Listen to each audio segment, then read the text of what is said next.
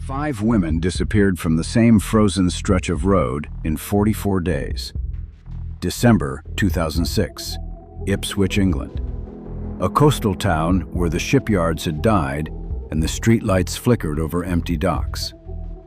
Women who worked the red light district began vanishing, one after another, with a precision that felt rehearsed. Their bodies turned up in rural fields and quiet woodland, arranged with a chilling deliberateness that told investigators one thing: whoever was doing this wasn't stopping. The man responsible didn't look like a monster. He was a father, a boyfriend, a forklift driver who wore high-visibility jackets and blended into the background of ordinary life. He lived 300 meters from where the first victim was last seen. He passed police checkpoints. He watched the news coverage of his own crimes.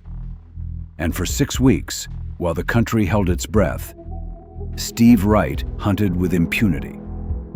This is the story of how an invisible man became one of Britain's most prolific serial killers, and how the women he murdered were finally given back their names.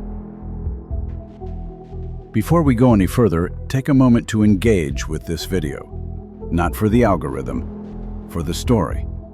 When you like, comment, or subscribe, this documentary reaches more people. More people hear these names. More people understand what happened here. Engagement keeps stories like this from being forgotten.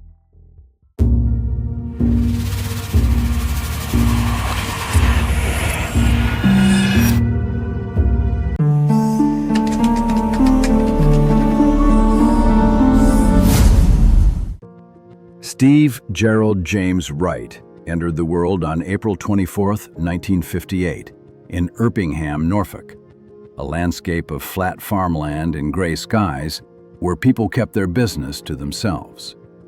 His father was a military policeman who ran the household like a barracks, discipline without warmth, structure without affection. His mother worked as a receptionist at a veterinary practice. Neither parent was abusive. Neither was present in any way that mattered. Wright learned early that emotions were liabilities. Tears got you nowhere. Anger was weakness. The only currency worth holding was control over yourself, your environment, the way others perceived you. He became a ghost in his own home. Teachers wrote average on his reports. Classmates struggled to remember him years later. He mastered the art of being unremarkable. At 16, he joined the Merchant Navy. On paper, it looked like ambition. In reality, it was the first of many escapes. For 3 years, Wright sailed cargo routes across the world, docking in ports where the rules were different and anonymity was guaranteed. He began frequenting brothels, not occasionally, habitually. He paid for sex in Singapore, Hong Kong, Amsterdam, cities where women's bodies were commodities and intimacy required nothing but cash. This wasn't exploration, it was indoctrination. Wright was learning a language of transaction, where women existed to serve and disappeared when the service ended.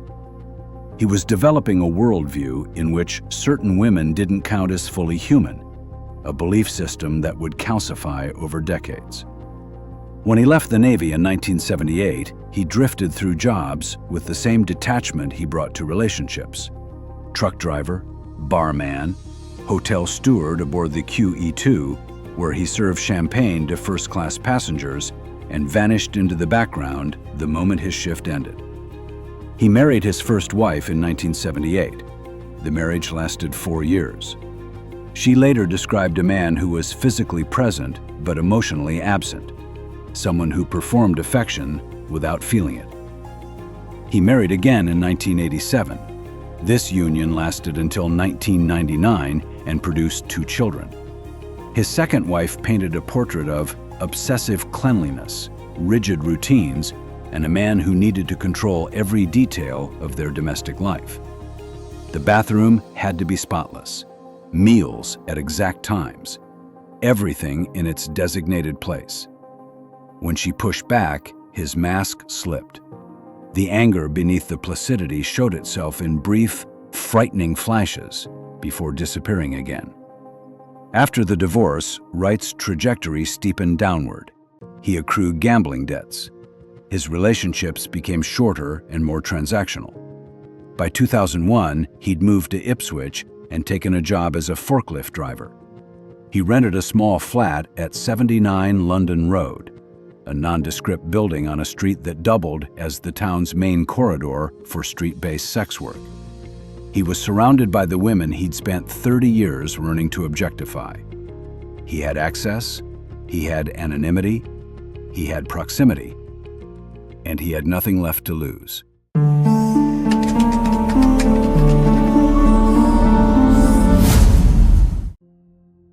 Steve Wright didn't wake up one morning and decide to become a serial killer.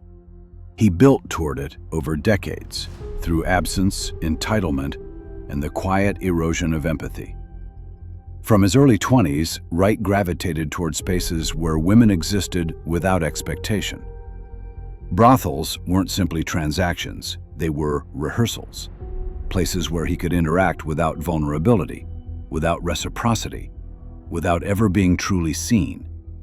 He learned how to move through intimacy anonymously, how to take without giving, how to leave without consequence.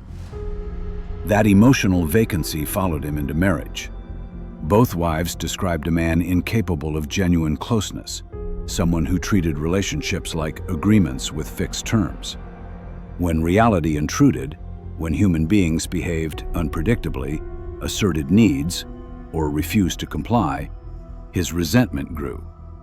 Over time, that resentment hardened into something simpler and more dangerous: blame. Women weren't disappointing him. Women were the problem. By the time Wright settled in Ipswich, this pattern had calcified. He'd spent years frequenting sex workers, hundreds of encounters, possibly more. He understood routines. He recognized vulnerabilities. And he knew, perhaps better than anyone, how thoroughly society had failed to protect these women. Law enforcement overlooked them. Systems ignored them. Public sympathy rarely reached them. Invisibility was already built into their lives. Wright didn't create that invisibility. He exploited it. Entitlement became the engine driving everything that followed. He believed payment granted access. He believed familiarity granted control. And somewhere amid financial pressure, failed relationships, and a dissolving sense of self, he crossed a final line, convincing himself he had the authority to decide what happened next. There was nothing exotic about his psychology, no voices, no cinematic break from reality, just a man who reached a point where the distance between his desires and the autonomy of other people became intolerable. Violence to him wasn't chaos. It was a solution. What followed was not impulsive, it was methodical. He selected victims based on accessibility. He approached them with practiced calm. He used money as bait, familiarity as camouflage. Strangulation, an act requiring sustained contact and control, was not rage-driven. It was deliberate, intimate, final. Disposal sites weren't random either. They reflected forethought, routine, and confidence. And the most unsettling truth was how little it seemed to cost him. Wright returned home after killing and resumed his life without disruption. Dinner, conversation, sleep. He compartmentalized with surgical precision, sealing his violence away from the rest of his existence. He watched news reports with detachment, perhaps even satisfaction, convinced he was untouchable. Inside his car, he was absolute. Outside of it, he was forgettable. By the autumn of 2006, the barrier between thought and action no longer existed. The erosion was complete. Steve Wright didn't need motivation anymore, only opportunity. Ipswich gave him 5.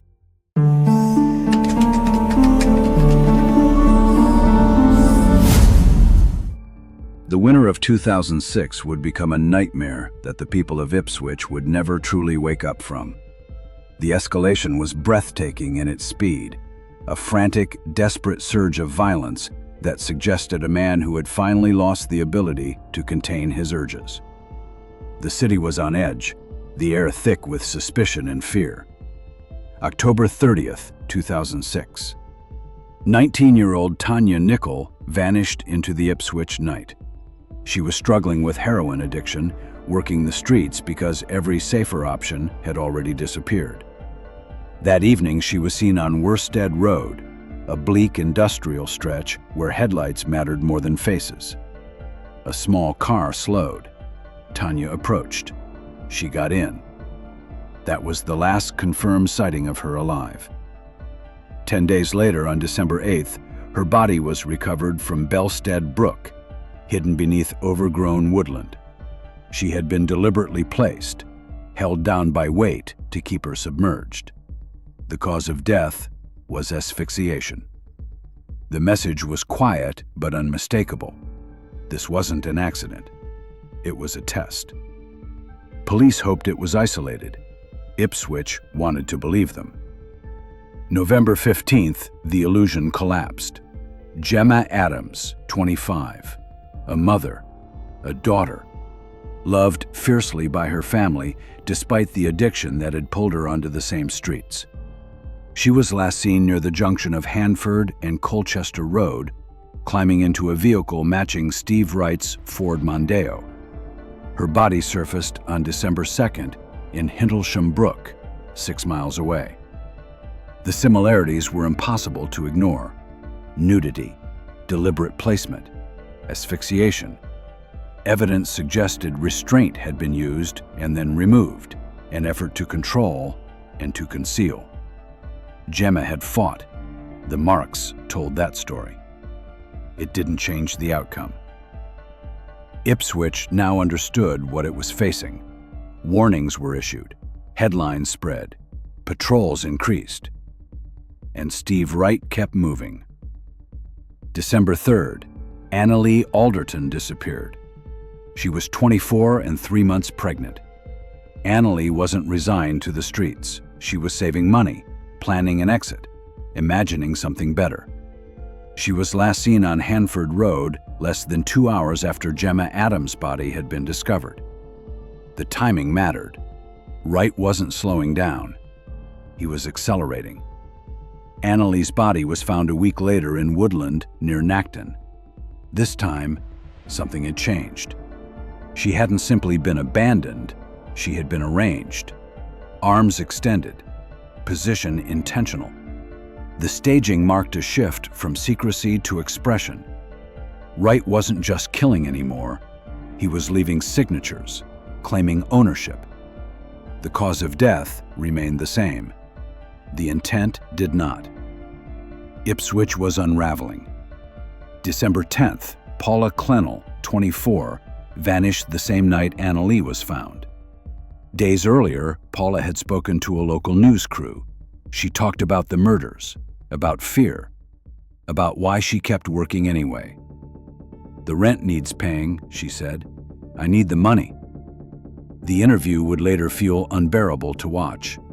A woman explaining her vulnerability in real time, knowing the danger and being trapped by it. Her remains were discovered 2 days later near Levington, in a drainage ditch beside a rural road. The pattern was now unmistakable. Wright was no longer spacing his crimes. He was compressing them, acting with urgency, as though time itself had become an enemy. And then came the final blow. Annette Nichols, 29, a mother, a woman trying to rebuild her life. Her body was found the same day as Paula's, in woodland close enough that investigators initially believed they'd located the same victim twice. Annette had been killed in the same manner. But by this point, the control Wright believed he possessed was slipping. The rapid succession left behind more witnesses, more traces, more mistakes. 5 women, 6 weeks, an entire city holding its breath. Wright's method was brutally consistent. He lured his victims into his car, the one place where he held absolute authority. Within that confined space, lives ended quietly, deliberately. He chose women he believed the world had already discarded. He trusted that rural waterways and empty woodland would erase his presence and keep his secrets buried.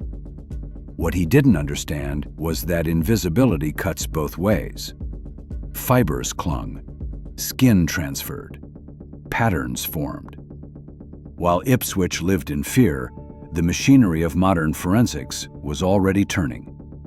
The science of the 21st century was closing in on a man who thought he could disappear into the margins forever. Steve Wright believed he was a ghost. He was wrong. If this story is affecting you, let it be seen. Comment below, not with speculation, but with reflection. Every thoughtful response tells the platform that this story matters and that it deserves to be heard beyond this screen. These women were ignored in life. Engagement ensures they aren't ignored now.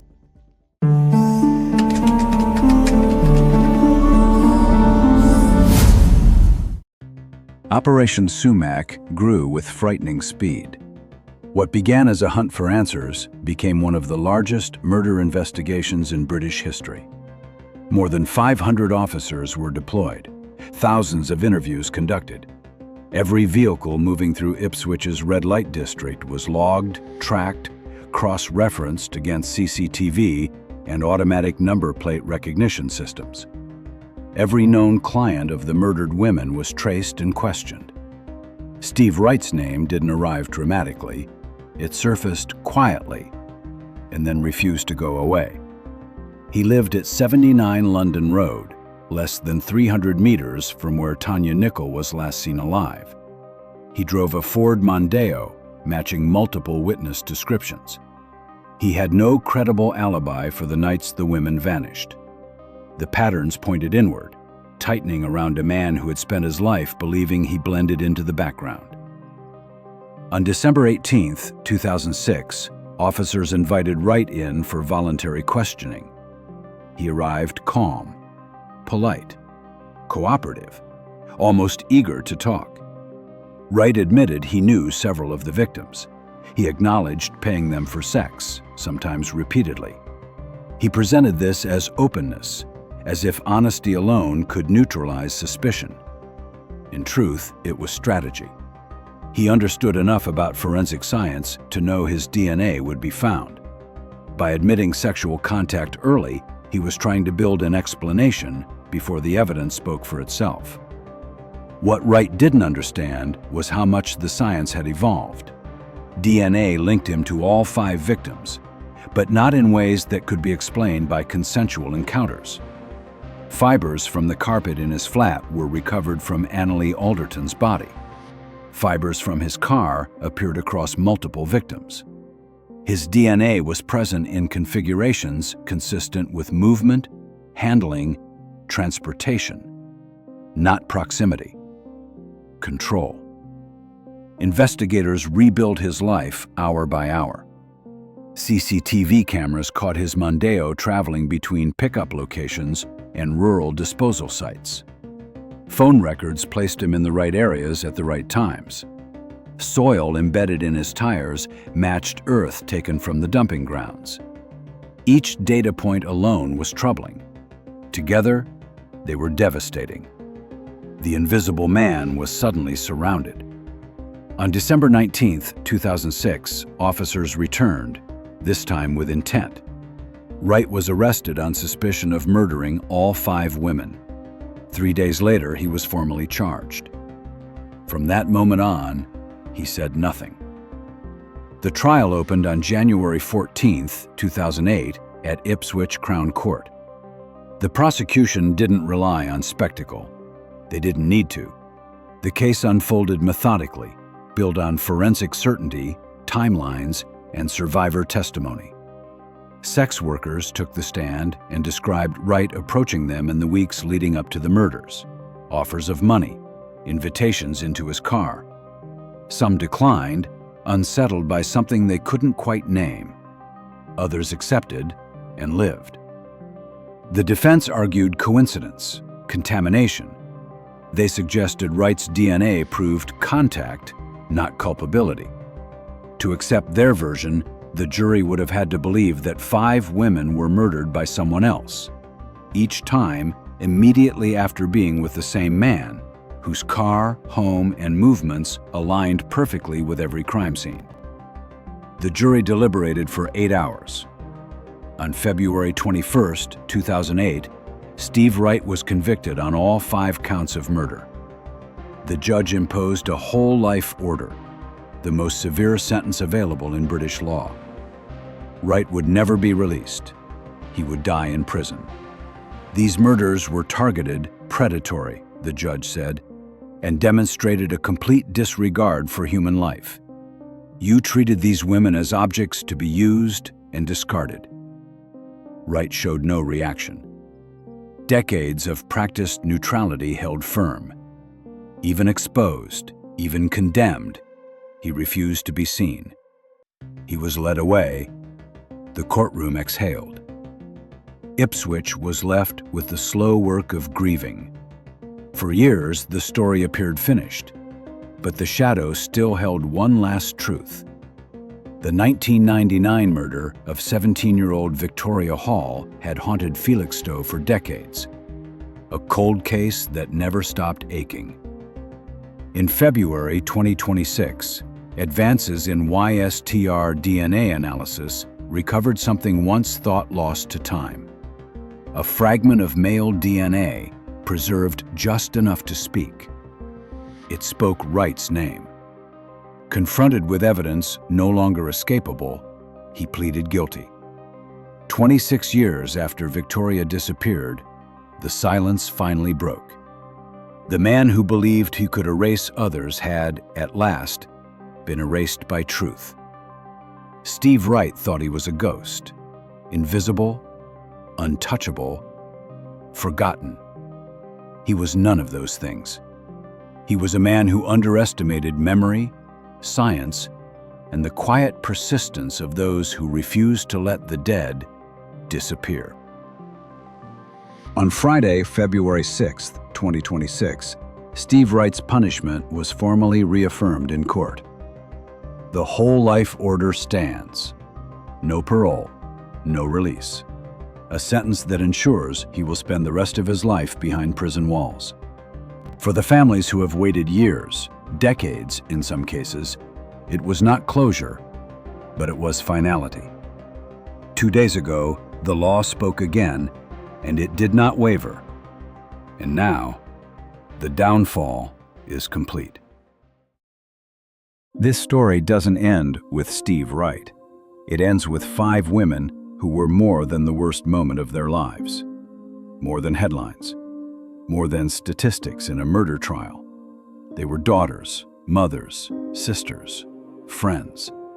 They had favorite songs and inside jokes.